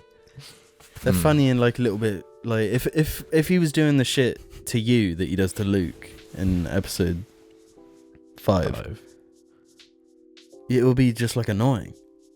This little green old man like stealing your Eating your Mars bar. I'd be like, no, fucking get off. That's mine. Yeah. That is a Dibby. That is a Dibby quantity. Stealing food. Argy is a Dibby, and he fucking stolen our Argy's not a pizza. Dibby. Argy is a Dibby, and if you want a Dibby, Argy is for sale. No, he's not for sale. He's free. He's free. Come and take him away. God, this is a dodgy name. Hide the children now. What are your favourite or least favourite interactions with strangers in online games? If Jarlings find you in-game, what should we do? No. It's just like I want to find a Jarling in Apex. I want to be on a squad of a Jarling because that'll be the greatest Never thing know ever. though. Well, no, because it's House, and our name's on Apex. Our clan is called Jar. Jar House. Clearly, that's me. Jar Mama is clearly the MILF of Jar. And I'm what, premium void? That's pretty obvious if you're a Jar listener. Yeah, that one is. But Mama. Yeah. Nah, it's just like if you've been paired against two people, Mama and House, and they both got Jar, it's probably me and Jamie. I've had that on Halo before. Like when I've been playing the Master Chief Collection, gotten like a message and been like, oh, I like the JARCast or whatever. Wow. Nah, be really aggressive to us. Just if you're in a squad of us, No, just that's what be people do horrible. though. That's what they did. They just kept killing me over and over again because I'm not that good. So it's just like just shitting all over me and teabagging me. That's normally. No, that's not what to do. Like boost our egos. Let us boost kills on you. Yeah. Yeah. Invite me to like a 1v1 lobby in Modern Warfare 2 and let me get a nuke off you. What about like favorite or least favorite interactions with strangers? Then I don't like interactions with strangers. I've had some good ones on Apex. Angry European people. Who No, get pissed at Europeans me. are so funny because they're so cringy. They don't realise how cringy they are, but they're so funny I was in a really horrible way. when I was playing Apex the other day, I was like playing as Caustic, and like I was doing like the cringy voices and impressions, and it was like really pissing this guy off. And he kept like doing the mimic thing, like just doing like something cringy I would say back. Yeah. And I have to like keep muting to like laugh. Yeah. That's some of my favourite on Destiny. No, your favourite is Yeah, raids on Destiny. That was some pretending great to be a ones. girl. That's yeah. That's my thing on. It started in Rainbow Six. Oh god, Rainbow Six had the Just worst. like- Oh my yeah, god, they were Actually, horrible. the worst community. Horrible people. But my thing would be like get into a lobby, instantly type like, "Hey, I'm a gamer girl," and I'll be like, "Don't judge me if I'm bad, lol." And like the simpism, it was like the cringiest shit, dude. What would people do? Like message you? No, the worst one was on Apex when I was playing with James. No, we have explained the story. The guys are like, "Oh, you're just playing hard to get." When he said that, and he was like, "Put your mic on, I can see you got a mic," and I was like, I don't like this. No, we were just fucking pissing ourselves in the Discord call, and it was just like, this is disgusting. No, but like, it's just like I really feel sorry for actual girl gamers. Yeah. It's like, I understand, like, not, like, including it in your profile in any way. yeah, God, yeah, If you just I want wouldn't, especially if Jesus. you're into games like Apex or COD or Yeah. Siege or whatever. Which obviously, no, it's like, there's like a 50-50 split. It's not all guys. That's not the bro, case there's at no all. way it's 50. There's a lot. There's a 50-50 big split. No, I admit there's probably a lot, but there's no way it's 50-50. Maybe not There's no fucking 50-50, way. but it's not like a 10%. It's not like there's no girl gamers. It's just Well, yeah, they're you just can't gamers. blame them for like not wanting to. Oh yeah, be no, more vocal. yeah. Like, why does your gender have to be in part of it? Like, Well, you don't- that's the beauty of video games and being social on them. Mm-hmm. It's like you can reveal or not reveal as much as you like. Yeah, that's why I always lean to just being a little trickster. Mm. You are absolutely a trickster. Yeah, give you any amount of anonymity and you're just fucking with people immediately. Just on the wind up. The thing is, you should be doing it in real life as well. No, because there might actually be repercussions in real life. Like, You might upset the wrong person. You might upset a Yakuza member. At least, but then again, I've read just the other day. I was reading about someone who he got so irrationally angry at someone who teabagged him in Counter-Strike. He actually hunted him down and murdered him. He actually killed him over fucking Counter-Strike. Yeah. People get... The thing is I understand being, really angry at that sort of thing. Because it can be frustrating. When you're like, you didn't even deserve that. Yeah. Yeah, and you're playing the mind games in your head, if this was a 1v1, I'd destroy him. It's nothing to do with me. My team is not propping me up whatsoever. It's okay, my ego's saved. But if you get angry enough from a game where after it's all said and done, you've turned off the game, you're actually hunting someone and you're finding them across the country. It's There's other issues how going on. have you stayed angry for that long about that thing? Yeah. surely you get to the plane to buy tickets, and you're like, no, this is not worth it. This is just a teabagging. Why am I spending $300 to go fucking murder a guy? Yeah. I mean, I've never been teabagged in a game and remembered it past the end of that match. Yeah, you just leave and it's just blank screen. Apex pack. Yeah. Boom. Yeah. Dopamine. Or even then, it almost becomes a fun little metagame in and of itself sometimes. Back in Elden the Ring. day. It's just when you fuck a guy up, you do that. When the same guy keeps invading and they got the same name Mm-hmm. and these little rivalries form. But that's all it is though. It's just a game. It's that's what it always is to me. It never really gets under my skin too much unless I've had some bad ones on Destiny where people are just they've been such assholes, such dicks. Just for no reason. Just whenever you die and you have to wipe, the squad wipes, the stat screen will come up and be show who's doing what damage. Mm-hmm. So if you are the one not doing the right amount of damage, they're then it's swarm on that guy. Yeah. Just be a dick to that guy. What are you doing? What the fuck are you actually doing? So let's just chill out. It's supposed to be a team building exercise. Yeah. It's just a fucking video game. That's what it comes down to, because when people fail, it's can't be my fault. Mm-hmm. I'm perfect. Yeah. So, it can't be me. I've grinded 100 hours to get this helmet. It cannot be me. I've got a gun that is better than theirs. It's not me. Touch grass. yeah, just accept being shit at video games. Yeah, being So shit at video games is great. But to answer the question for me, Dark Souls Fight Clubs, Elden Ring co-op. That's the best it gets. Yeah.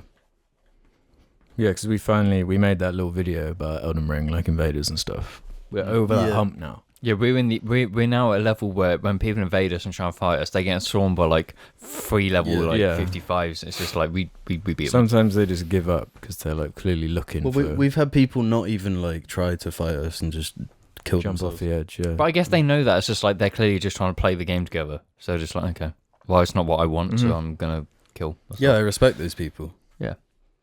That's because we were at the way Lucaria Academy, where it's an actual fight place. Mm-hmm. And they just see us and they're oh. Okay. Racing games are pretty bad for that shit as well. Really? Yeah, because it's just he overtook me, so I'll slam into him in the next corner and ruin his... and just ruin it for both of you. Yeah. Go scorched earth. But then it's just then you become so good at deflecting it, you just you take a wider line, so they just go straight past you into the barrier. And it's Nice. That is lame. That's such a like pathetic. Well, if I'm going down, you're going down too. So annoying. And when they try to take you down with them and they fail, they get angry at you for you having the intelligence to avoid them. So Like- that was always like how I knew I'd got under someone's skin, is if you get that message. Oh, Yeah. If you've annoyed someone to the no, point. it's on the Xbox 360 when it was a Yeah. voice message. That's the Oh, goal. shit, yeah. All the pictures. That was like the golden era. Oh no! The best era is Modern Warfare 2 because obviously Oh my God. when games are good, when you create a match, you enter the pre-game lobby with the same people. She'd have these 10 matches of just like the most vile, like angry gamer stuff, but it was funny because by like 10 you were kind of like friends. It was like, Yeah, that was Modern Warfare 2 also lined up with like pretty extreme era internet too. yeah. Like no filters, just total bedlam. Yeah, but where the mic quality was bad, so nothing was ever clear. So Yeah, it yeah. was just And funny. they didn't have like just banned features in the way you do now, where it's like way more about limiting interaction now. Like certain words are banned. It wasn't like that. Mhm.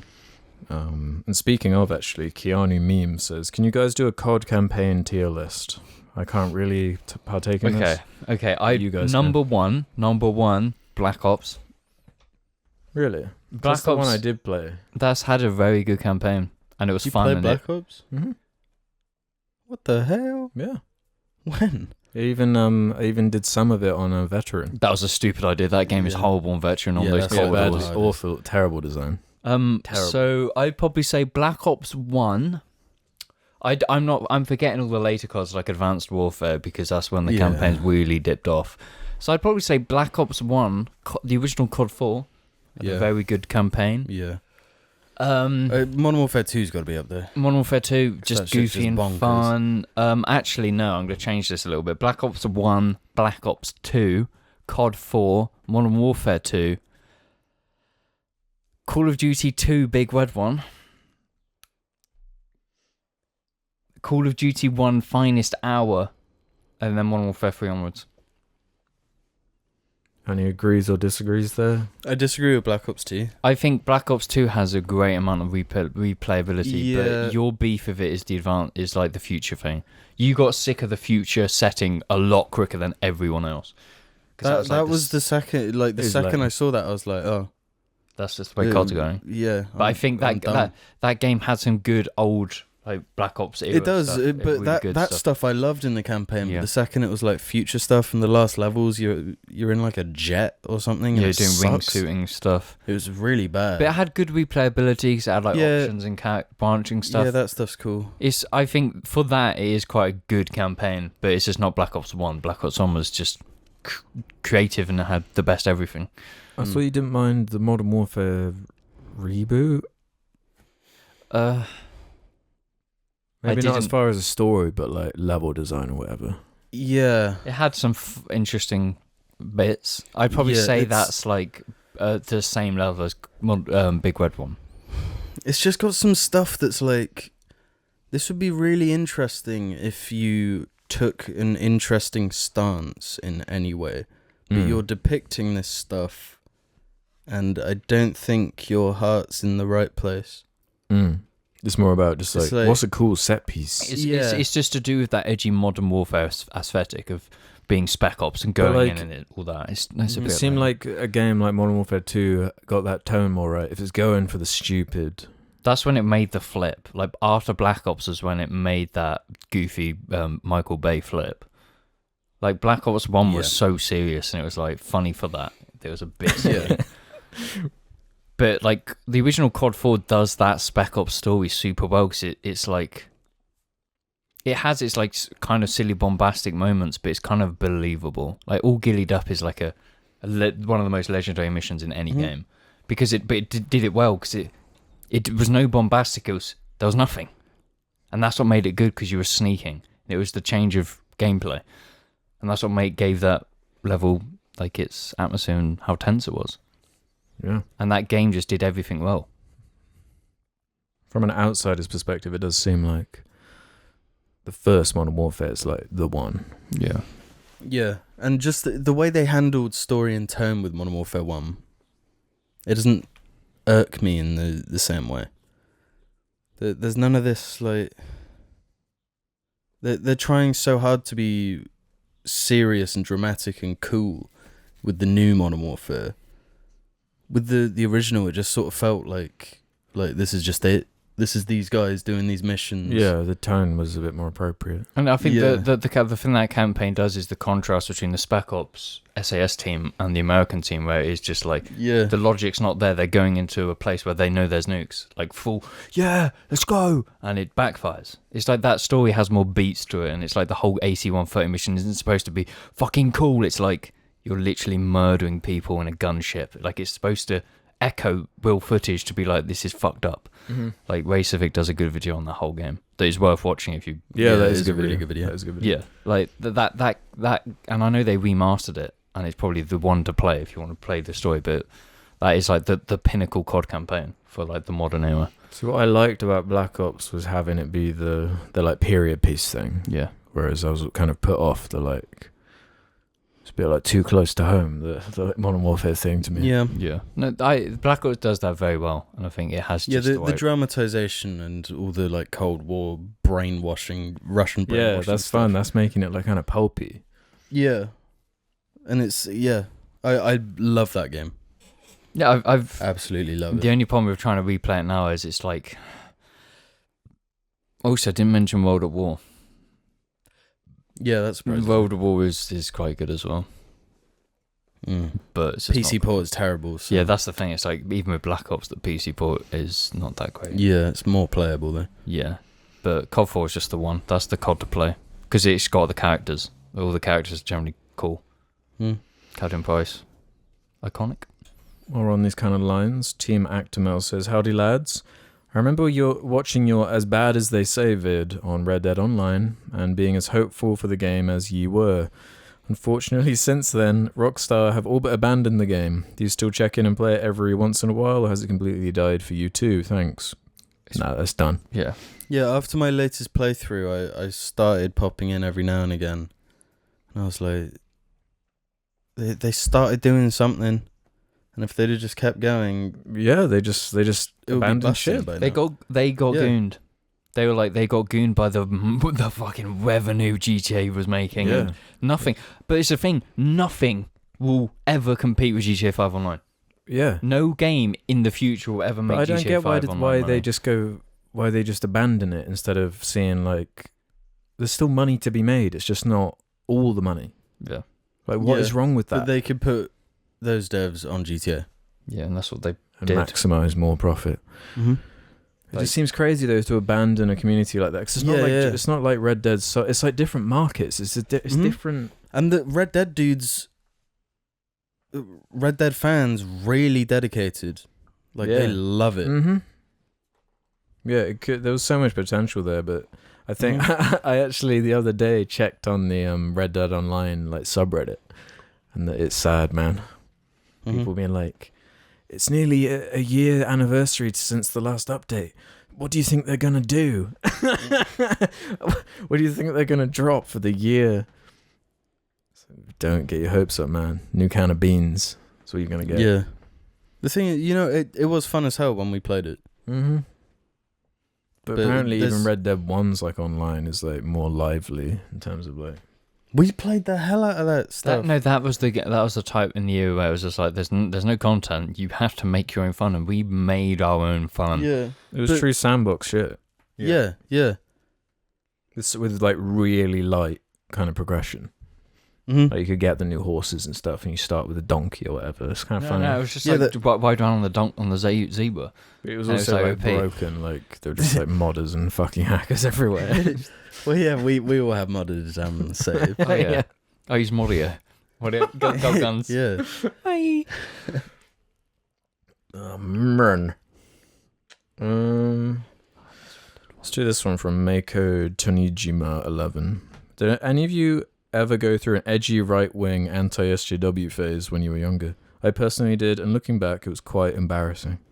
Stick 'em Up replied to it saying, early JARCast a little bit, but that was pretty much everyone in 2016. I did. Yeah, I did. reckon we all did. No, but I think I was the most obvious, like, yeah, fuck these SJWs, fuck these cringe, they're so cringe, feminism, No, you- more like fucking You lame. forget, man, it was just all content online was just that Yeah. around that era. Everyone partook in it. And it was like a case of, it was kind of, I wasn't educated on politics. And it's like, obviously now I'm going to look back and be like, yeah, I was stupid. Like now I've got very concrete beliefs and that I am the way I am and I truly believe in what I feel.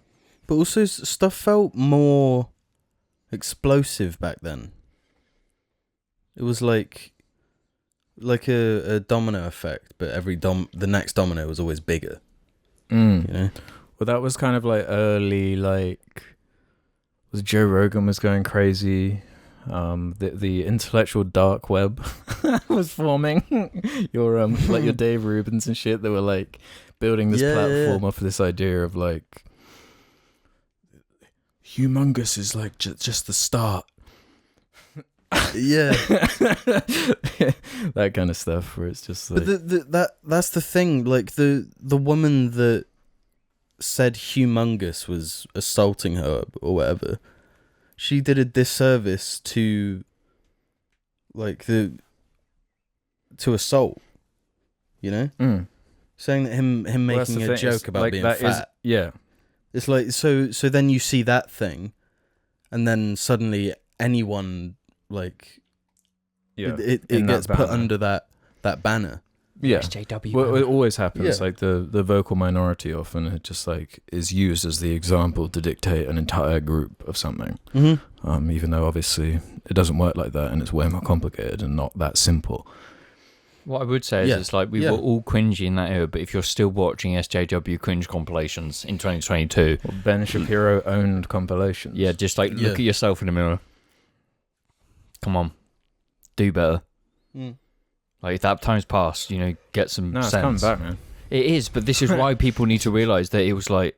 No, dumb. it's just that drama the other week, Libs of TikTok or whatever. It's huge. This content, it never went away. No. It's still there. It just they've become like the Steven equivalent. Crowder's like a huge channel. He's got like 4 million subs, and he's But still. I feel like it's like a pendulum swing thing. So Well, now there are actually examples of like the other side, I guess. Yeah. But even then, it's just so like extreme. It's always extreme. It's never like it's the internet, so obviously all the titles are like as extreme and eye grabbing as possible. It's yeah, the libs of TikTok is society's crumbling. Lightyear is an example of society It's like, just don't... falling apart at its seams. It Like, begins there. With any type of politics, you can't assume what you see is like all left or all white. Then the most extreme fucking loud groups, and it's just like most people just... Especially because like reasonable. this stuff online, it's so dictated by what's happening in America. Especially like it doesn't necessarily reflect like what's going on here, even though there is like just a constant bleed over, and it does bleed over into real life in kind of weird fucked up ways. But that whole like real edginess, craziness, for me, like the big turning point was when these like actual like terror attacks started happening in the name of like these memes and that kind of extreme like it's like fuck that. It's something to definitely... There's loads of videos on it, like diving into like the reasons and what is sort of coming off these websites and all this. Yeah. It's something you kind of need to become educated on, because obviously there's genuine real... Within this SJW ironic meme culture, there is very real radicalization that is leading to people being killed. And this is a serious thing, and people need to fucking identify when they're consuming stuff that leads there. Because Facebook is super bad for it now. And it's just identifying when it starts to become not a meme shit anymore. But like right when you like convince yourself that that's just done or whatever, you'll stumble across some random like super cringy Twitter profile that's like, if you found yourself on this account, just know that I'm an SJW counter destroyer. Like I found one like a few months ago. I was like, well, I guess people are still on this one. Yeah, I feel like there's a type of person that looks back and can never think that they were wrong ever. Yeah. It's like, well, I believed it, so I have to believe it. I feel like that is a part of radicalization. Like, you can't go back on something you believe. Yeah, it's a fucked up thing. Mm-hmm. Like, because stuff moves so far. Like, it's like 5 years ago. What was expected and what was said online is even crazily different to now. Let alone even further than that. Yeah. Especially when you are like a teenager or your early 20s, like you are a moron. Yeah. You're actually so dumb. Yeah, I was thick as shit. Yeah, and when I'm 40, I'm gonna think, man, when I was 24, I was so stupid. At least you hope so. So stupid. Well, I'm 25 in like a few days, and I'm already thinking, man, when I was 24, I was so dumb.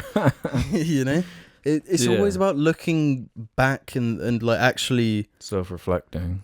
Yeah, not like critiquing yourself, but just using your experiences and perspective to sort of ground yourself.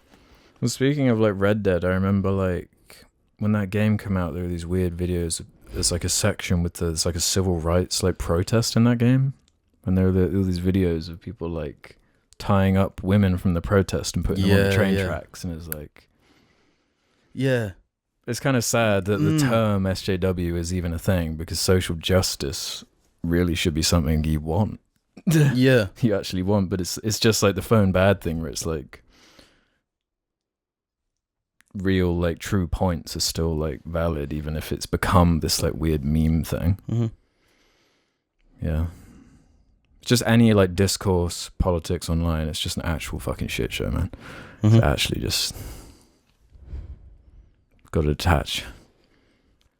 It's also wacky though, considering like we've been mentioning this, like it's kind of been a trend lately, but the internet we grew up on was so fucking edgy. Yeah. Holy shit. And that shit does have an effect. It all does. Like the media you consume, when a lot of it is edgy jokes on the internet, it's like desensitization to feelings. I don't know. Yeah, the thing to remember is that the way a lot of far right stuff now gets you is memes. Memes are the entry point. If you can portray a somewhat far right view as a really light-hearted meme, if people are retweeting that and they don't see that it can be more, so it starts. It's all memes are the way it's all done now. You've got to be fucking aware of what these memes are.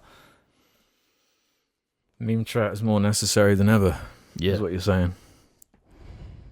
Because I've seen them before. It's like, oh, it's just a meme. Yeah, but you're normalizing it's the irony defense or whatever. Yeah. Like where is that line? Where does it end? And I don't know. I can't give you an answer. Honestly, just anime. Just remove yourself from anime communities, and you'll probably. It's always the anime PFP. No, it is, because it's like you got to remember 4chan is an anime website. It might be known for B, but it started as an anime website. So naturally, there's a huge overlap between people who love anime and the far right. That's it. James is getting cancelled. But 2, I love anime. Who doesn't nowadays? I love Initial D. I love Dragon Ball Z.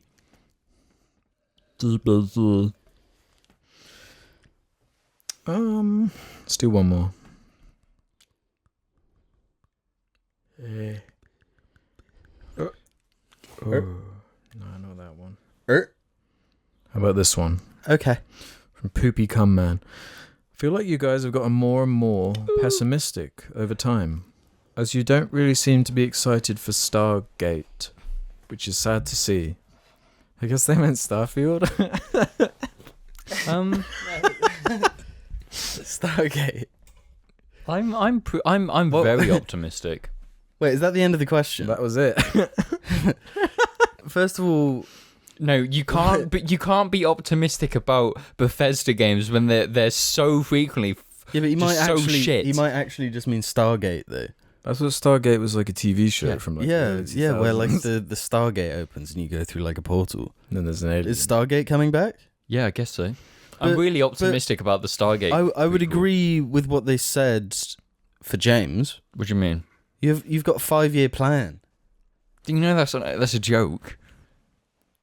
No, it's James, honestly. James no, honestly no, believes what are we- that we- the world is coming to a close No, in no, 5 no, years. no, no, and no, you no, need no, to no, no, no, prepare. no, no, no, no, no, no, This is no. like Okay. 2012 all over again. So okay, Yeah. so the 5-year plan has been a recurrent joke in outside of YouTube, where it's like we'll have a discussion and I would just say, "Oh, 5-year plan, fuck it," Uh-huh.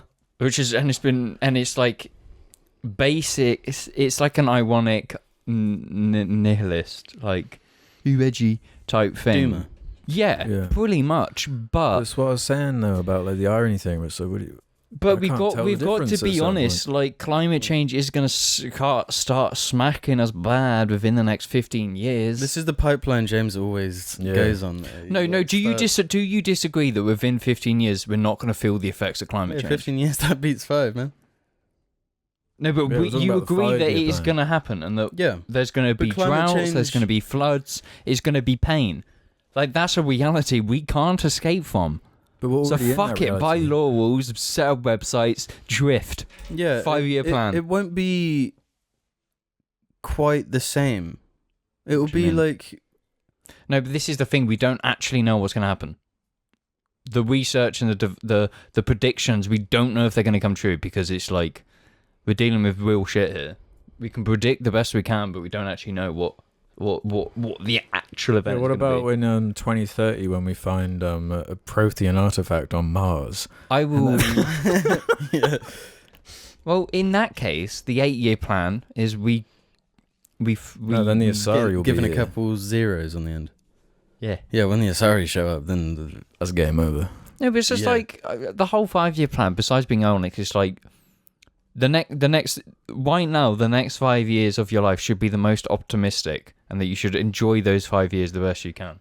You might not have 5 years after that. It's supposed to be the like takeaway of everything everywhere all at once, where like it starts with like a character that's like nothing matters, this is fucked, and then it ends with them being like nothing matters, this is fine. Yeah, exactly. Everything's fucked. But it's always fucked, you know. It's always been fucked. Yeah, and it's gonna be fucked from here on out. But it's like, as long as I'm not Yeah, getting there was fucked, it's never fine. there was never a time where it wasn't fucked. It's just now we're always seeing all the fuckery that's happening all the time, so Yeah, you're never so giving this yourself a is what I chance mean. away from it. Social media bad. Oh my god. Social media bad? 5-year plan. I'd say I'm more optimistic now than I was when I was younger. to be Okay, no, honest. there's ways to keep, like, I'm optimistic about myself. I'm like, yeah, no, life's good. But I'm not optimistic about what I see. Yeah. Well, yeah, but it's like me as an individual. Why would I be carrying like the weight of all of humanity on my shoulders? So I can only do so much. Yeah. I'll do Yeah, what I I can can. only go Put in my a goon. Heinz beans can in the recycling. I've done my bit. I'm done there. I'm gonna drive my diesel like 1 mile to the gallon sports car to Tesco every day. Yeah, to get like a bag of beans to then recycle the beans. Yeah. I'm doing my bit. gonna sit in the McDonald's car park revving my engine. Don't, Yeah, with no, the no, no, lights no, on. don't. You know that to me. Every No, we honestly went to McDonald's and this fucking stupid kid in his stupid shitty fucking diesel Seat with no front bumper, mind, had no Yeah. fucking front bumper. Every so often was wedlining it. But then he started this whole thing where like 10 cars were going. It was like deafeningly loud. So we were there about half hour and literally the car was running the whole time and he was revving it. It's just like, I just want to take a fucking Molotov cocktail and fucking set his dumb little shitty Seat on fire. Because no, he's being a cunt. Like, unnecessary pollution because he's fucking revving a shitty fucking little black Seat. I know your number plate, you dickhead. Did you memorize it? Yep. Cool. And it's like, what? No, honestly, if you go to McDonald's, turn your fucking car off. Turn your fucking car off, honestly. Woo! I can... Ah! No, we gotta end on this one, and you need to be here, James. because it references you. Oh shit, this one's huge. Because this is like instead of Stargate or whatever that you meant. This guy actually has some feedback about our Starfield discussion, which we can end on. Oh, I need a pin. Game Zerk says, I commented this on YouTube, but I wanted to leave it here as well, since I'm a piece of shit glutton for attention from people on the internet who make a weekly podcast. Sorry if this isn't... whatever. On the scope of the game, this is in reference to Starfield, Todd claimed the maps are indeed planetary scale and you can land anywhere on them. They're using procedural generation, but he claims if you don't want to land on the less curated planets, you don't have to. He did preface, however, that the game has more handcrafted content than any of their previous games, as 200,000... Their games had like none. It had 200,000 plus voice dialogue lines, which is about twice as much as Fallout 4, or triple that of New Vegas, and I think that includes those games with their DLC. I thought the comment that James made on the leveling system was a bit weird, saying it looks worse than New Vegas' systems, which gave so much freedom in making builds.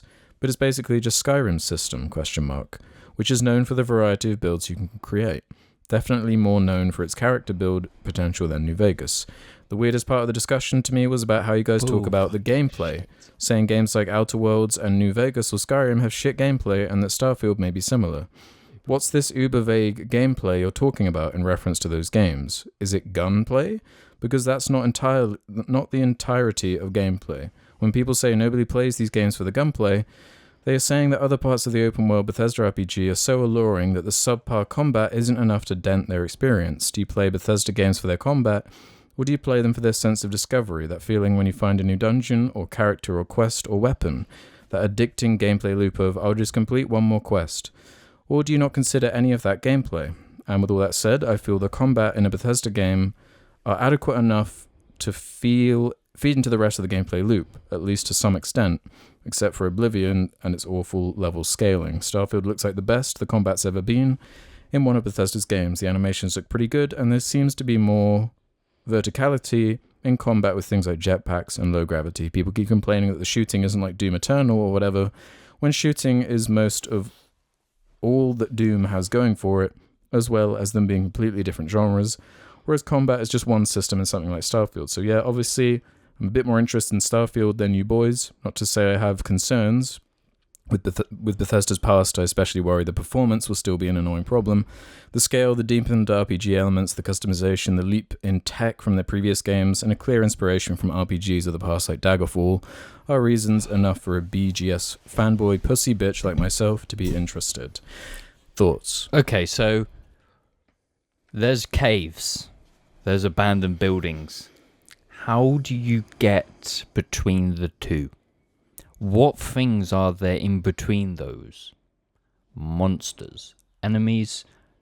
The gameplay between going to location is the gunplay or the melee play. But the gameplay is all of it, and all of it is boring. In every Bethesda game. No, because and Elden Ring has highlighted this. Like, what's the sense of discovery when every single thing is popped up on your minimap? You know, like nothing is designed to be missed. It's all just put out there, you know?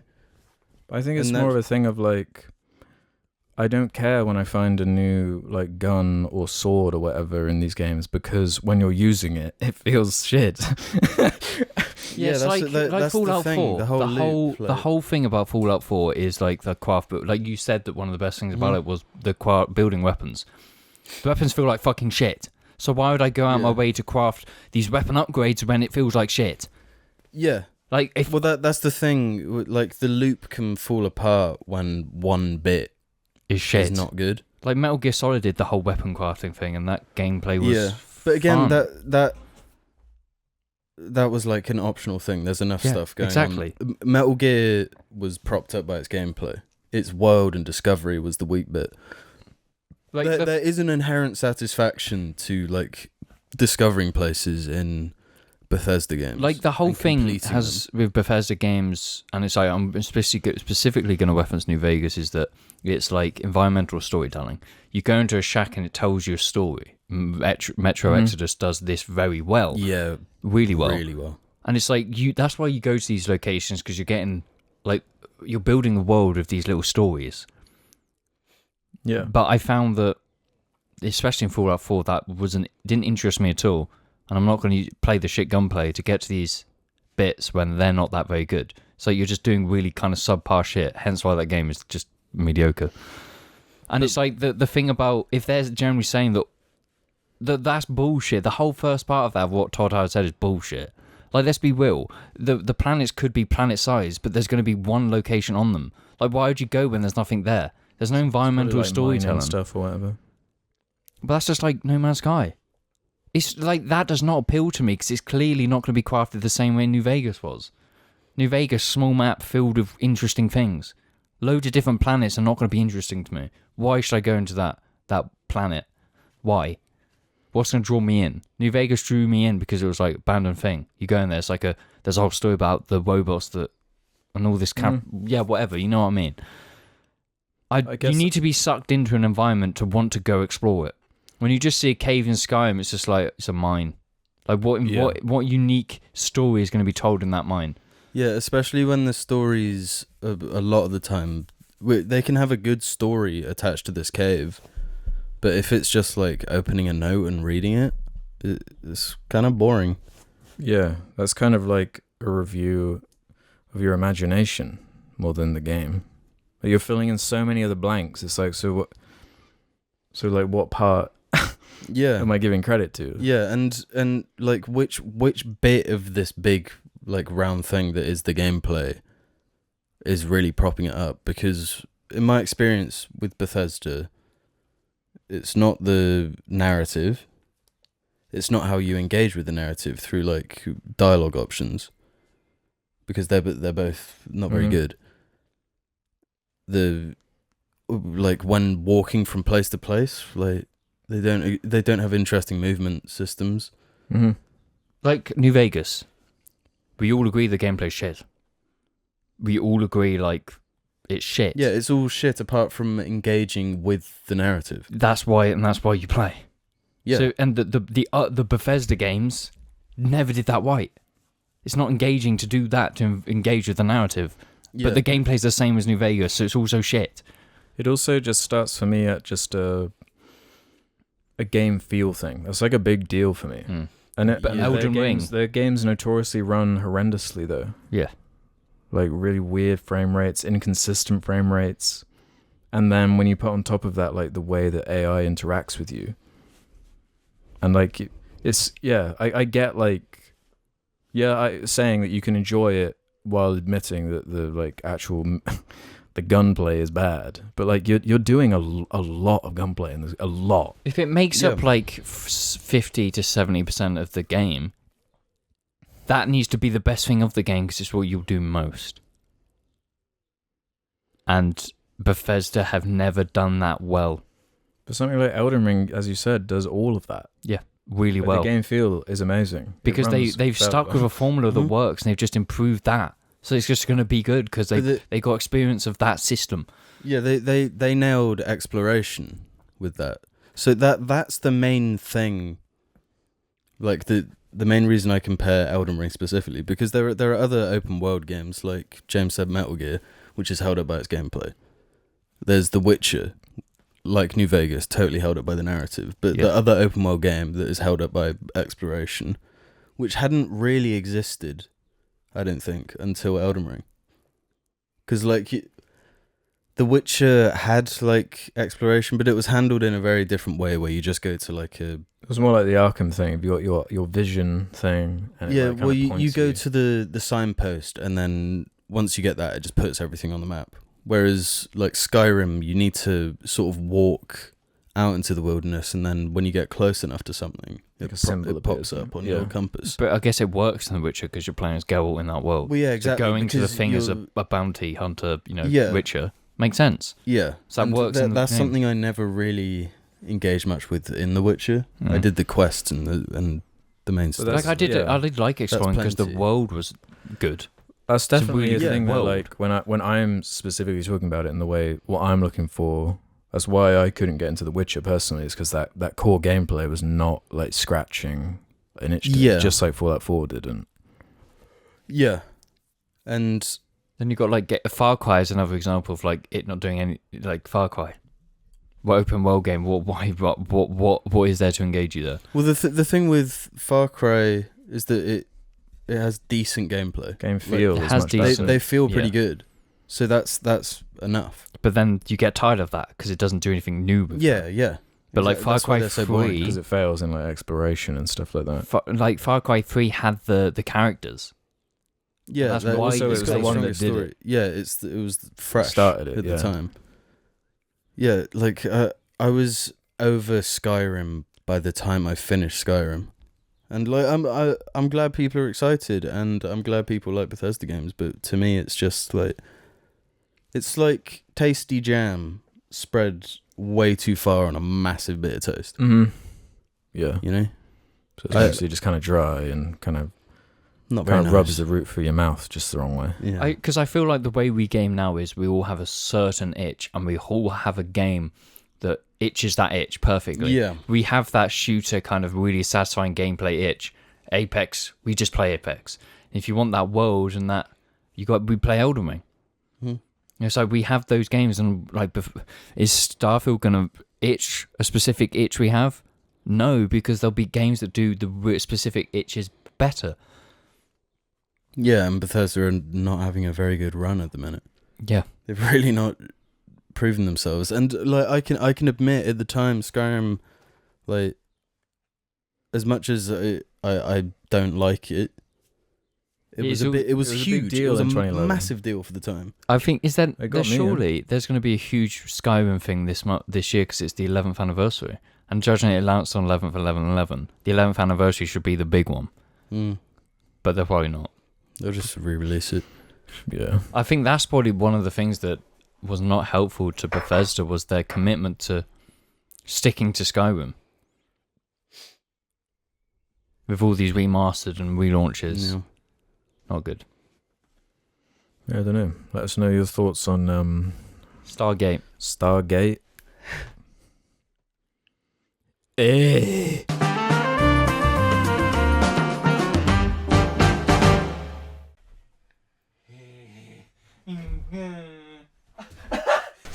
Should I try and do a Porty Eye Busters? It's actually something that's impossible. It took 10 special effects artists fucking 80 hours to get that shot right. What shot? You know this? Way! Woo! Woo! Should I just put it there? Woo! Okay, greaser. Woo! Don't call me a greedo. What are you, racist You can't like say George Greaser. Lucas? That's racist like George Lucas.